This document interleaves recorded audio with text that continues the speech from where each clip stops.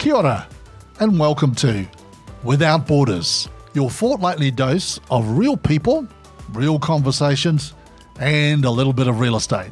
Hello, I'm William Tatana of Team William Tatana at the Ray White Demerald Group. Now, I've had a rich and colourful career in the UK, Australia, and New Zealand. And I've met some fantastic and wonderful people along the way who have contributed and shaped me into the person that I am today. I'd like to share those people with you because we can all learn and be better human beings. Without Borders will inform, educate, and entertain you over 20 minutes. Good people have a story to share and a lesson to learn.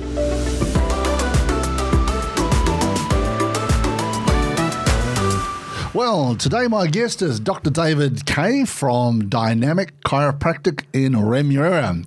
So, Dave, how's it going, mate? Mate, I am living the dream at the moment. That's beautiful.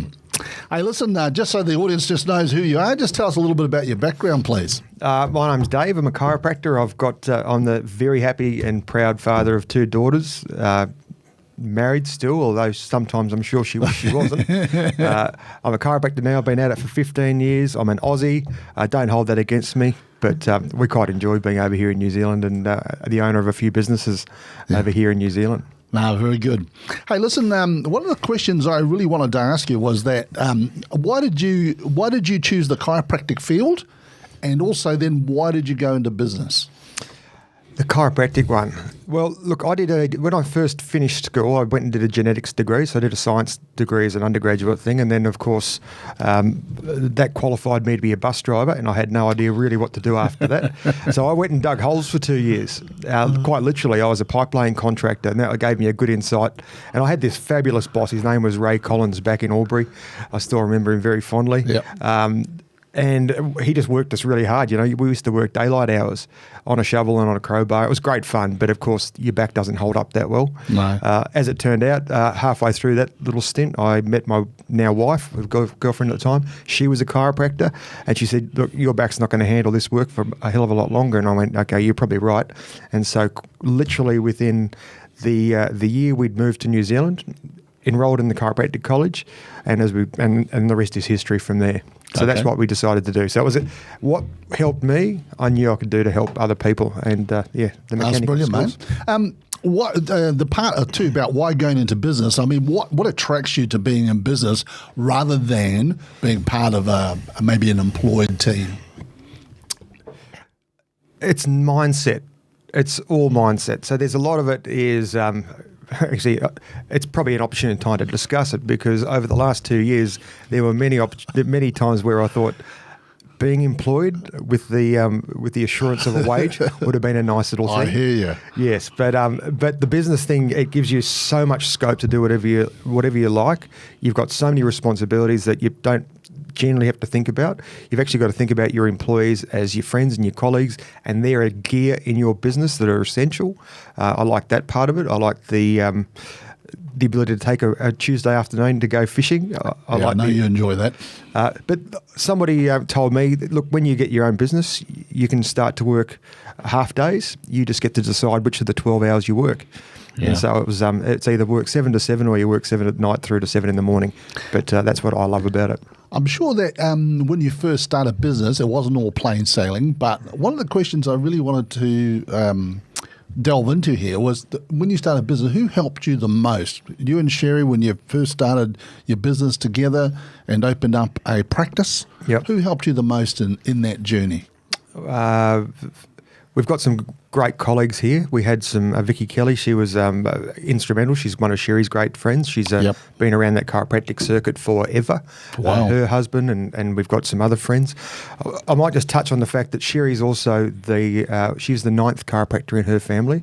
Wow. And I became the 5th in my family. Wow. So there was a little bit of background for us to be able to go into it. So we didn't go into it cold, if you were to say that, but we had a lot of guidance. And I'm also very fortunate. My dad was he is a GP back in Australia, and he gave me some really good insight, including working your ass off, because sometimes you just got to get that momentum up, and that means doing some work. And also had a lot of fortune through the entire time that I've been both studying and practicing, that I've got mentors we've paid for, colleagues that we bounce ideas off, friends in the industry that you always learn things about. And the other part of that is I've also got some good friends, including yourself, and you learn from people within business groups Absolutely. that you're part of. Yeah, spot on. So if you stop learning, you're an idiot. In business, what would be the biggest mistake that you've made and the lesson that you learned from it? The biggest mistake I made, but I learnt the most from, was opening a second clinic when we probably weren't quite ready for it. And I didn't go into it with eyes wide open. And we had a viaduct clinic set up. Sure. And it was an exceptional, beautiful little office, great spot. But I didn't know that there was going to be 2 years of roadworks ahead of us. I didn't know that some of the major tenants close to that clinic were going to vacate and leave their premises vacant for 12 months. So access for our clients to get down there, that was a heck of a thing. I was also doing it with very, very young kids, and we took on a house renovation that I decided to do myself.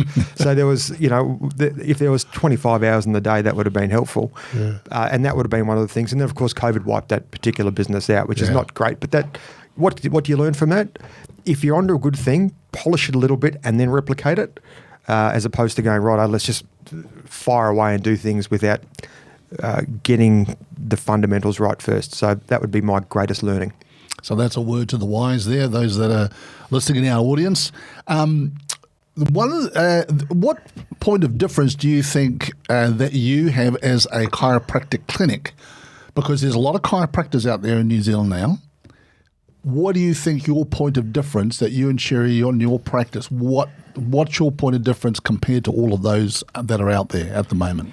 Well, I'll preface this. In New Zealand is incredibly fortunate that we've got a very, very good chiropractic grounding. There's the chiropractors over here practice with scruples, integrity, and so if you were to call your colleagues your competition, there's good quality competition there.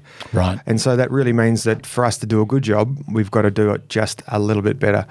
I don't know if we do it better, but the things that I like to help our clients with are really thorough, understanding what the heck they're in there to see us with. Yep.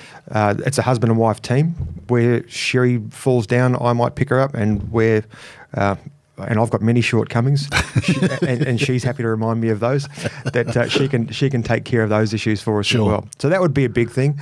So that's empathy and being able to actually deliver on the service. And we've also got our own X-ray facility. We had those at both our clinics, and we've got a great team. And so, that whilst it's not a competitive advantage, they're the things that we love to offer and share our clients. So when you assess a spine, and I know that you've assessed mine, so I know the process, but when you assess a spine, what's the process that you sort of take through people, and then you're obviously going to recommend, okay, this is what we need to adjust so that you've got realignment?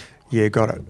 Well, the old adage, you've got 2 ears and 1 mouth, and the first thing is we listen twice as much as we speak. Right. And that is, if you've got an issue, you want to tell me all about it, and I don't talk until you finish telling me everything about it. Okay. And then my next question is there anything else?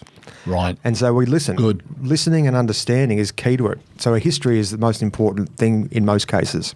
Yeah. Because if you listen, they'll tell you what the problem is, and you hear it enough times, you probably go straight to the source. Then you do a really nice, thorough examination, and that's quite detailed, medical and specific to chiropractic. And then we talked just a little bit before. We've got X-ray. We take the guesswork out of what we do. So we take an X-ray of the spine. You go, right, well, this is what it all looks like. What can we do to help you with? Well, there's the issue there. This is going to take X number of weeks or times or treatments or whatever that looks like specific to the person, and we just get on with it. Absolutely. What would be the most, can you give a couple of examples of where you had there's a couple of miracle examples. In other words, they came in one way, and after assessment and in treatment, it was like you got two totally different people, and that alignment has just improved over a long period of time, and you can see that. You can see it with your own eyes. You get that with kids often. You get that because kids are flexible; they bounce. But speaking specifically to that question, yesterday morning was one of the coolest things I've ever seen. I've been doing this for 15 years. Yep. And this is a 48-year-old chap. He's a landscape gardener, builder, and he has had numbness into his hands, poor circulation, headaches, stiff neck, sore neck. Jeez. Couldn't sleep, the poor bugger. He's now taking time off work, and upsetting, like really, really upsetting. And we've done that assessment we talked about. I just sat there and listened to him just pour his heart out for 20 minutes, and then we go and do the assessment. We do the x-rays. I take a moment to look through those, and then we lay him down. We did an adjustment, and he's just, he swore. It was quite prophetic what happened to this guy. And then he got up and he just starts to cry. And so just gives me goosebumps just thinking about it. You've got to be there. But when you see a guy who's had that level of discomfort building up so it's intractable for at least the last 5 years, and you see it come off with the adjustment that's really specific into his neck, that stuff there is powerful, mate. That really opens your eyes up. What would you say in tips and in practical advice for people to take care of their back? Because once you've been to a chiropractor, like I have been to you, and the alignments happen, what would you recommend to me to make sure that I maintain that alignment? Well, first, actually, I'll speak to it from if you're the parent of children. Get your kids off their phones. Right. Get your kids off their laptops. Phones and head forward, that's long-term postural stuff. Bad. Yep. And you'll see kids walking around with their stooped shoulders, and it's not a good look because, as the tree grows, the tree stays. And so we don't want that. Look, from looking after your spine, that might mean somebody who's, a rugby player, they might need to look after their spine a lot more for different reasons. For sure. Because they've got some hailstorm damage in there. But somebody who's an athlete might have a totally different need than somebody who's stuck in an office. Right. So it's all specific to them. Sit up straight, put your phone down would be the number one thing these days. And get yourself assessed by a chiropractor. And if you've got any questions, ask them and say, look, what specifically can I do? You should be getting some homework and some easy stretches as well. No worries. So when it comes to business, one of the biggest things is obviously your cash flow and your expenses and all that sort of stuff. But that's the mechanics of the business, but it's your mindset. I reckon the mindset's one of the most important things about business, because if you look in the next 12, 15 months, we've got some really challenging headwinds. And the reason I say that is in the States, we've been to the States now 27 times when I used to live in the UK, and there are some big malls. They're big. When you go across from the state line of California across to Las Vegas, there's a place called Gene, and then you've got 814 room hotels, totally shut. Shut for the last 12 months, they're not coming back. It was a casino. That was your first experience of Las Vegas. And then, what was the other one? Buffalo Bills out there, 1,240 rooms, just shut. People, I think because we think we're right down the bottom of the world, we are not isolated from all of these headwinds. Yeah. All right. So you've touched on the likelihood of some pretty strong headwinds. Mm-hmm. I think the lesson may be a little bit late for some people to learn. Yep. But number one in any business, and you can take this from a chiropractor, you can take this from a builder or carpenter, is protect your cash flow.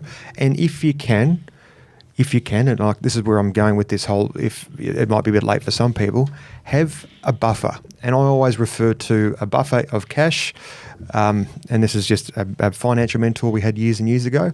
Mm-hmm. Have a pillow of cash to go to sleep on, and you ideally want to aim for 3 months' worth of income to stay in your bank. It's a lot of cash for a lot of people, and it's a lot of cash for me. But if you've got that, it means that you can actually weather the storm, and you might see a fluctuation in terms of smaller percentages as opposed to great percentages of your income where you're going, holy moly, I've got, the cupboard's bare. That's a very, very tiring place to live, and the stress is awful. That might be something to plan for the next cycle. And this is a 10-year cycle because the last one was in 2008, wasn't it? Yeah. Oh, so 14 years. Yeah. But the headwinds were pretty strong. When you are stressed, the next point I'd make is when you are stressed, you feel like you're suffocating, the water's up around your ears, you got to do something. Mm-hmm. And that is get Mo.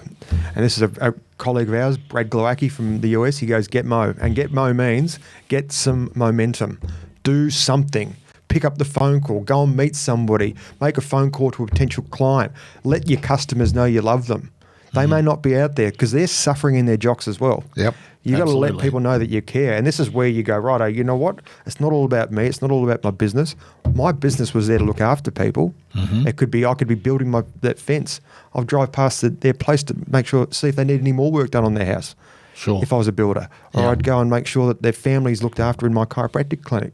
Guys, are you all right? Do you need some groceries dropped off? Where it was no more important, or it was easy to see that being necessary over the last 2 years, where some people had their backs to the wall and it was awful.